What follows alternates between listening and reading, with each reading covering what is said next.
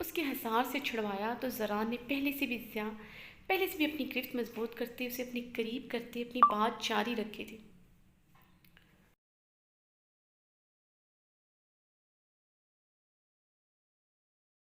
تمہارے پاس cell phone ہے اور نہ ہی تمہارے پاس پیسے، کیا کرو گی تم؟ زران نے اس کی آنکھوں میں دیکھتے سر لہجے میں تنزن پوچھا۔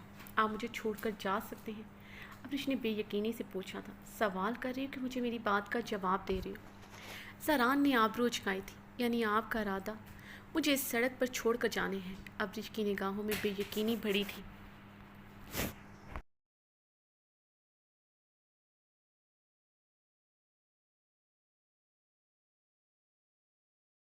میرے اور تمہارے درمیان ابھی تک ایسا کوئی خوشگوار تجربہ نہیں ہوا تو تم مجھے ایسے بے یقینی سے دیکھو۔ پہلی ملاقات یاد ہے تمہیں؟ زران نے اسے سرد نگاہوں سے دیکھا۔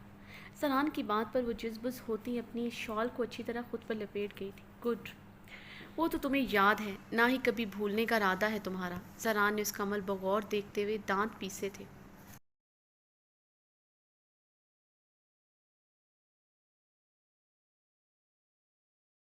جب تمہیں اچھی طرح پتہ ہے کہ میں اتنا سویلائزڈ نہیں ہوں تو مجھ سے اچھی امید بھی رکھنے کی ضرورت نہیں۔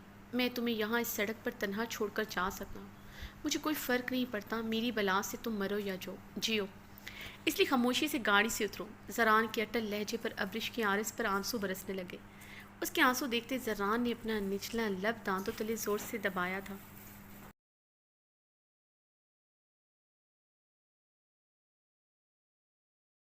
ابرش کو خاموش آنسو بہاتا دیکھ کر زران کو اپنے سر لہجے پر قائم رہنا پڑا۔ اسے احساس ہوا تھا یہ مغرور حسینہ پیار کا مطلب کچھ خاص نہیں سمجھتی۔ شابش ہری اب، بنا کوئی بحث کیے 2 منٹ سے پہلے گاڑی سے اترو۔ زران نے اب کی بار سر لہجے میں حکم دیا۔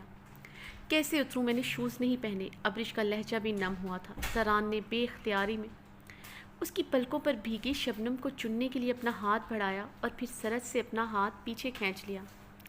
خود کو ڈپٹا بھی تھا وہ کیوں اتنا بے اختیار ہو رہا ہے۔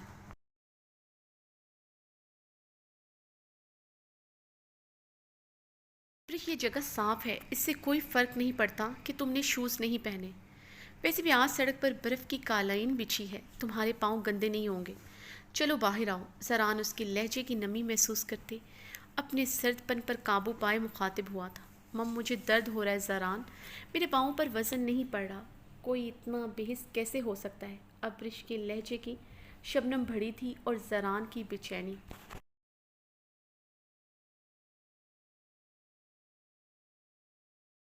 ابرش کے منہ سے اپنا نام سن کر اس کی دھڑکنوں میں پھر سے روانگی آئی تھی۔ یہ لڑکی تو ہر طرح سے اس کا دل دھڑکانا جانتی تھی۔ میں بے حس ہوں مگر تمہارے معاملے میں نہیں ہوں۔ زران نے بے اختیاری سے اس کی گالوں پر بہتی نمی اپنی انگلیوں کی پوروں پر چنی۔ ابرش نے اس کی بات پر حیرانگی سے دیکھا تھا۔ اس کی آنکھوں سے لپکتے جذبات دیکھ کر ابرش کی آنکھوں کی حیرانگی بڑھی تھی۔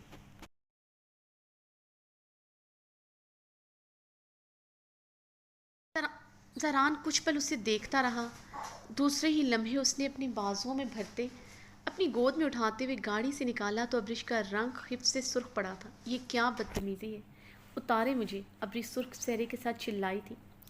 اسلام آباد کے سفر میں ابھی تقریباً 4 گھنٹے باقی ہیں۔ برف باری کی وجہ سے گاڑی کی سپیڈ بھی سلو ہے۔ ہمیں اسلام آباد پہنچنے میں اس سے بھی زیادہ ٹائم لگ سکتا ہے۔ تب تک میں تمہارا بے سرا میوزک نہیں سن سکتا جو ہر تھوڑی دیر بعد تم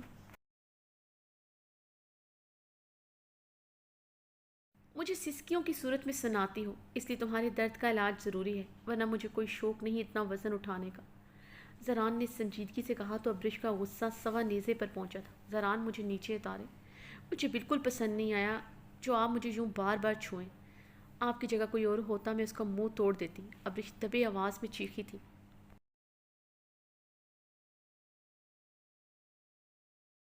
اچھا، مجھ پر یہ مہربانی کیوں؟ زران اپنی مسکراہٹ دبائے ہاسپٹل کے اندر داخل ہوا۔ دوبارہ ایسی کبھی حرکت کی تو آپ کا بھی منہ توڑ دوں گی۔ ابرش کی بات پر زران نے غصے سے اسے دیکھا تو ابرش منہ موڑ گئی تھی۔ اپنی زبان کو کنٹرول میں رکھو، جانتی ہو میرے رحم و کرم پر ہو۔ یہ زبان، یہ لہجہ تمہیں سوٹ نہیں کرتا۔ زران کو اس کا لہجہ خود کے لیے پسند نہیں آیا تھا۔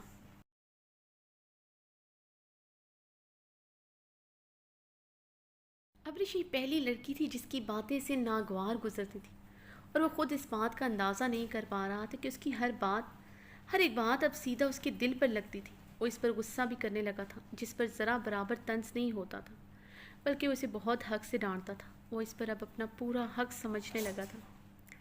ابرش بے بسی سے جھنجھلا کر رہ گئی تھی۔ پتہ نہیں کون سی منحوس کھڑی تھی جب وہ اس حویلی آئی تھی۔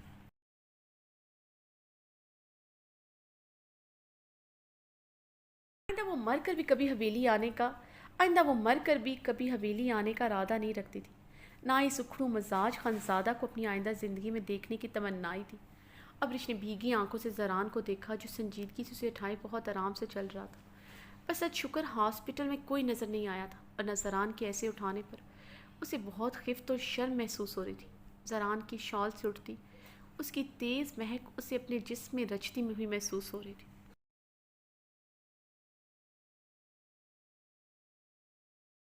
اٹھائے ہوئے تھا تو ابرش کو اپنی سانسیں رکتی محسوس ہو رہی تھی۔ اتنا تیز پرفیوم بھلا کون لگاتا ہے؟ ابرش نے غصے سے اپنے حسین نکوش بگاڑے تھے۔ لگتا ہے مس امریکہ اب آپ کو درد نہیں ہو رہا، اس لیے میرا بھرپور معائنہ کیا جا رہا ہے۔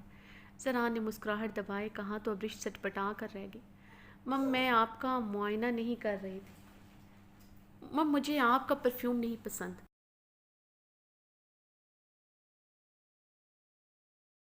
اب وہ اسے اٹھائے، اتنا تیز پرفیوم کون لگاتا ہے؟ ابرش نے صاف کوئی سے اپنی ناپسندیدگی جتائی۔ مجھے تو تمہاری پرفیوم بہت پسند ہے۔ زران کا لہجہ گھمبیر ہوا تھا۔ ابرش کا رنگ خطرناک حد تک سرخ پڑا، وہ اس کی باہوں میں چھٹپٹائی۔ مجھے تو تمہاری پرفیوم بہت پسند ہے۔ زران کا لہجہ گھمبیر ہوا تھا۔ ابرش کا رنگ خطرناک حد تک سرخ پڑا، وہ اس کی باہوں میں چھٹپٹائی۔ ہاسپٹل اندر سے بالکل سنسان تھا۔ زران اس کی چھٹپٹانے کی پرواہ کیے بغیر اسی لیے ایک کمرے میں داخل ہوا اور اسے احتیاط اور نرمی سے چیئر پر بٹھایا۔ کمرہ خالی تھا، وہاں کوئی بھی ڈاکٹر نہیں تھا۔ تم یہاں بیٹھو، میں کاؤنٹر پر چیک کرتا ہوں، کوئی ڈاکٹر اویلیبل ہے تو اسے یہاں بھیجے۔ زران اسے گہری نظروں سے دیکھتے ہوئے بولا۔ ابرش کے چہرے پر غصے کے آثار بہت نمایاں تھے۔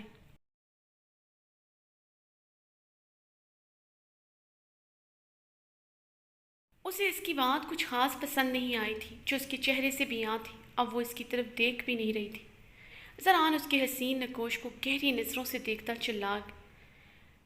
چلا گیا۔ کہاں پھنس گئی ہوں؟ کب جان چھوٹے گی میری اس خان سے؟ اس کی بات یاد کر کے ابرش کے گال باب چھوڑنا شروع ہو چکے تھے۔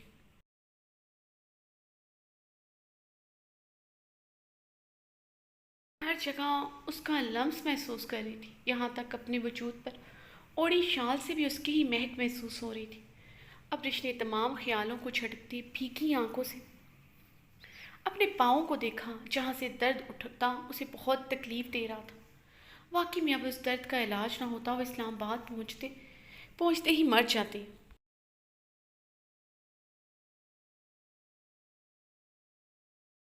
تھوڑی دیر بعد ایک لیڈی ڈاکٹر کمرے میں داخل ہوئی۔ اس نے ابرش کے پاؤں کا معائنہ کرتے ہوئے پٹی کی اور پین کلر کا انجیکشن بھی لگا دیا تھا۔ زران اس دوران کمرے سے باہر تھا۔ ڈاکٹر کے بلوانے پر وہ اندر گیا۔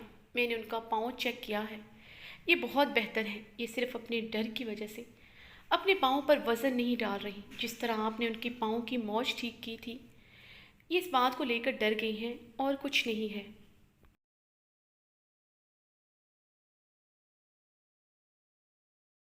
لیڈی ڈاکٹر نے سنجیدگی سے کہا تو ابرش کی نظریں زران کے مسکراتے ہوئے چہرے سے ٹکرائیں تو ابرش نے بے رخی سے منہ پھیر لیا تھا۔ زران کی مسکراہٹ گہری ہوئی تھی، اس سے نظریں کیوں نہیں ملا رہی وہ جانتا تھا۔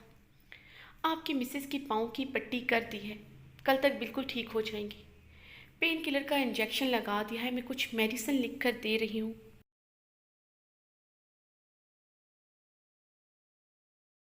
تھوڑا سا بیڈ ریسٹ کرنا پڑے گا، مکمل ٹھیک ہو جائیں گی، ڈاکٹر نے پروفیشنل انداز میں کہتے پرسکرپشن زران کی طرف بڑھائی۔ لیڈی ڈاکٹر کے مسز کہنے پر ابرش نے سٹپٹاتے ہوئے زران کو دیکھا، جس کے چہرے پر مبہم سی مسکراہٹ تھی۔ میں ان کی مسز نہیں ہوں، انفیکٹ میں ان کی گھر کی عورت بھی نہیں ہوں۔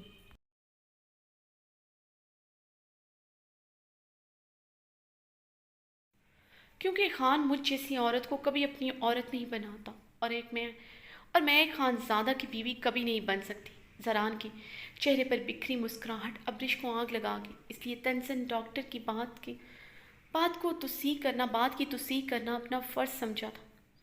زران کا رنگ سرخ پڑا تھا، اسے ابرش کی بات بالکل پسند نہیں آئی تھی، بلکہ آگ سی لگی تھی۔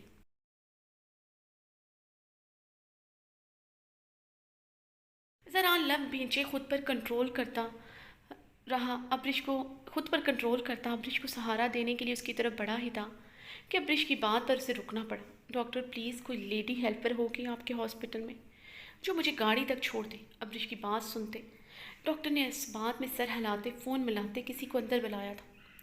زران سرخ چہرے کے ساتھ جلدی سے باہر نکل گیا۔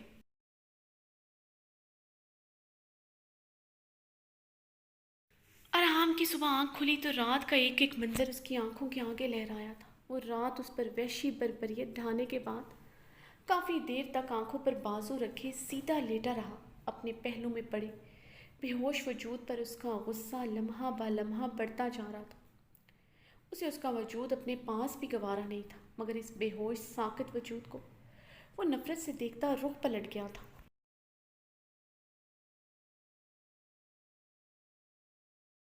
نیند میں جانے سے پہلے اس کی نظروں کے سامنے پریزے کا چہرہ آیا تھا۔ وہ اتنے دنوں بعد حویلی آیا تھا مگر پریزے کو دیکھ بھی نہیں سکا تھا۔ پری گل کو طلاق دینے کے بعد وہ پریزے کو چاہتا تو روک سکتا تھا، مگر جانتا تھا وہ اگر پریزے کو روکتا تو پری گل بہت تماشا کرتی۔ وہ نہیں چاہتا تھا پریزے کے معصوم ذہن پر کسی چیز کا اثر پڑے۔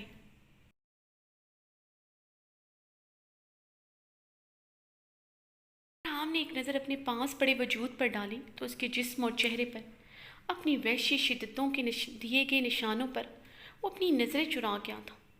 نہ چاہتے ہوئے وہ اس کے قریب ہوتے، اس پر جھکتے، اس کی لبوں کو دیکھنے لگا جن پر گہرا زخم تھا۔ ارحام نے بے اختیاری میں اس کے لبوں پر نرمی سے اپنا انگوٹھا پھیرا تو وہ نیم بے ہوشی کی حالت میں بھی سسک اٹھی تھی۔ زخم کافی گہرا تھا، اس کی سسکنے پر بے چین ہوا تھا۔ بھلا کب اس نے کسی کو تکلیف دی تھی، وہ بھی ایک عورت کو جو اس کی عزت تھی؟ صرف لبوں پر ہی نہیں، اس کی گردن، اس سے نیچے نظر آتی گہرائیوں پر بھی اس کی شدتوں کے بے رحم نشان تھے۔ ارحام اسے دیکھتا اپنے لب بری طرح بھینچ گیا تھا۔ رات اس کی غیر ہوتی حالت، اس کی تکلیف کی شدت سے بد ہوتی آنکھوں سے وہ اندازہ لگا چکا تھا۔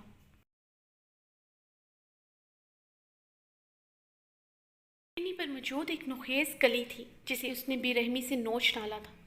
وہ سمجھ چکا تھا وہ ایک معصوم اور کم عمر لڑکی ہے جس کو اس سے پہلے کسی نے ہاتھ نہیں لگایا تھا، مگر یہ اس کی بے گناہی کے لیے کافی نہیں تھا۔ یقیناً وہ اس رات کو کسی سے اپنی عزت بچا کر بھاگی تھی، شاید اپنے کسی بوائے فرینڈ سے، شاید تنہائی میں وہ اس کے کسی عمل سے ڈر گئی تھی۔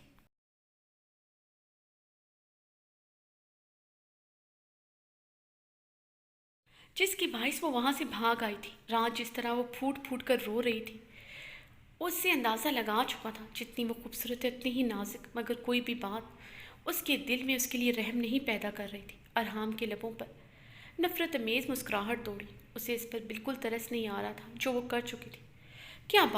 کیا کوئی بات، کوئی دلیل اس کے دل میں اس لڑکی کی نفرت کم کر سکتا تھا؟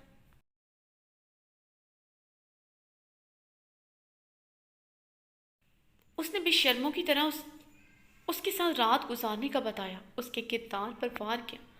کیا وہ ساری عمر اپنے کردار کو اپنے گھر والوں کی نظروں میں بلند کر سکے گا؟ سب سے بڑھ کر اگر اس کی بیٹی کو کبھی یہ پتہ چلا تو وہ کیسے اپنی بیٹی سے نظریں ملا سکے گا؟ اسے پورا یقین تھا پری گل پریزے کے دماغ میں اس کے لیے نفرت ضرور بھرے گی۔ ارحام یہ سوچتا مزید بے چین ہوا تھا۔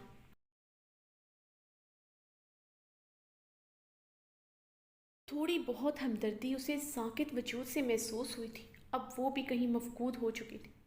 اس نے کبھی نہیں سوچا تھا اس کی پریزے کو ماں یا پھر باپ کے بغیر پلنا پڑے گا۔ وہ بچپن سے ہی اپنے ماں باپ کی شفقت کو ترستا رہا، اب اس کی بیٹی کے نصیب میں بھی یہی تھا، وہ اپنے رشتوں کو ترسے گی۔ ارحام کرب سے اپنی بال مٹھیوں میں دبوچ اٹھا۔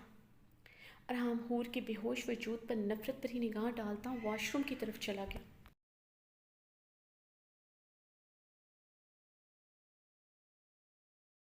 ارحام شاور لینے کے بعد ڈریسنگ روم سے بلیک شلوار قمیض پہن کر باہر آیا۔ کندھوں پر بلیک شال اوڑے ہوئے تھا، چہرہ بے انتہا سنجیدہ تھا، آنکھوں میں کل رات سے سرخی جیسے ٹھہر سی گئی تھی۔ اپنی گنی پیٹ پر ہاتھ پھیرتے وہ کافی بے چین تھا۔ اپنے خاص آدمی کو فون کرتے گاڑی تیار رکھنے کا حکم دیا تھا، ساتھ ہی گارڈز کو بھی الرٹ رہنے کو کہا۔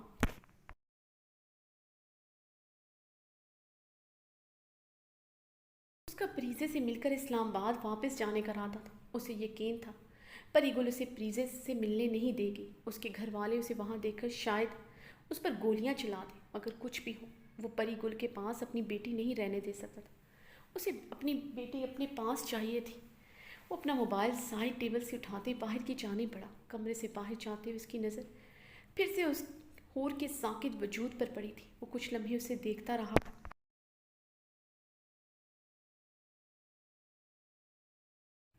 حور کی حالت دیکھتا وہ کمرے سے باہر قدم نہیں رکھ سکا تھا۔ وہ اس کی نکاح میں تھی، اس کی عزت تھی۔ اس حالت میں اس پر گھر کی عورتیں بھی نظر ڈالیں، اسے یہ بات مناسب نہیں لگی تھی۔ وہ نہ چاہتے ہوئے بھی اس کی طرف بڑھا، زمین پر پڑے اس کے لباس کو ایک نظر دیکھا تھا۔ اس کے ساکت وجود کو دیکھتے اس کے قریب بیڈ پر بیٹھے اسے دیکھنے لگا۔ اس کے کم سے نخیز بدن پر اپنا وحشی پن دیکھتے ہوئے پھر سے اپنی نظریں چرا گیا تھا۔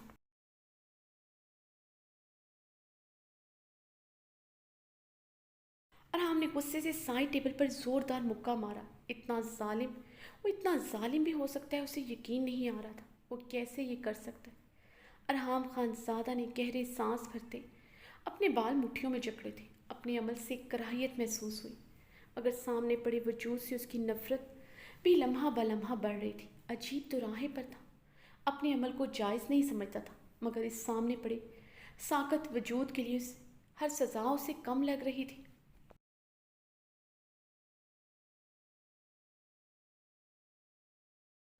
ارحام نے گہرا سانس بھرتے اس کا لباس زمین سے اٹھا کر بہت نرمی اور احتیاط سے اسے زیب تن کروایا تھا۔ وہ مزید اس کی سختی برداشت نہیں کر سکتی تھی۔ جہاں جہاں اس کے کھردرے ٹھنڈے ہاتھ چھو رہے تھے وہ بے ہوشی کی حالت میں بھی سسک جاتی۔ اس دوران اس نے اس کی طرف نگاہ نہیں کی تھی۔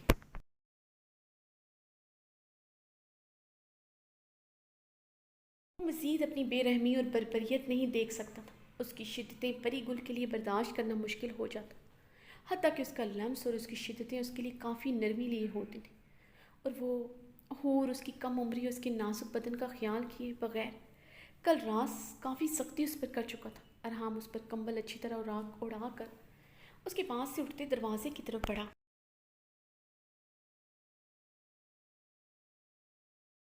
کمرے میں موجود صوفے پر اسے حور کا ہینڈ بیگ پڑا ہوا ملا، جو اس رات اس نے اس کے ہاتھ میں دیکھا تھا۔ ارحام کچھ سوچتے ہوئے صوفے کی جانب بڑھا تھا۔ اس نے وہ بیگ اٹھا کر کھولا تو اس کی ایک پاکٹ سے اس کے کالج کا آئی ڈی کارڈ ملا۔ وہ آئی ڈی کارڈ دیکھ کر چونکا تھا۔ یہ ایک میڈیکل کالج کا آئی ڈی کارڈ تھا، جو کہ بہت مہنگا انسٹیٹیوٹ تھا، جس کی سالانہ فیس کروڑوں میں تھی۔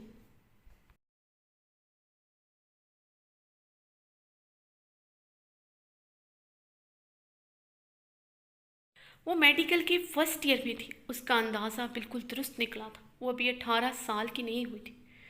اسے 18 سال کا ہونے کے لیے بھی ابھی 2 مہینے باقی تھے۔ ارحام خان زادہ ایک بار پھر سے غیظ و غضب سے اپنی مٹھیاں بھینچ گیا تھا۔ کہیں نہ کہیں اسے لگا کہ شاید اس نے اپنی عمر صحیح بتائی ہو، مگر وہ سچ میں اتنی ہی کم عمر نکلی۔ وہ اتنی کم عمر لڑکی کے ساتھ یہ سب کچھ کر چکا تھا۔ ارحام غیظ و غضب سے اپنی مٹھیاں بھینچ گیا تھا۔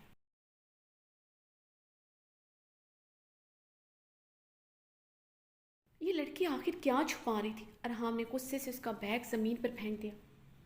اسے اس جھوٹی مکار لڑکی کے بارے میں جاننے کی کوئی دلچسپی نہیں تھی۔ اسے ایک بار پھر سے اس سے شدید نفرت محسوس ہوئی۔ اسی نفرت اور غصے سے پاگل ہوتا حور کی جانب بڑھا تھا۔ ٹیبل پر پڑے پانی کے جگ کو اس نے ایک ہی جست میں حور پر انڈیل دیا تھا۔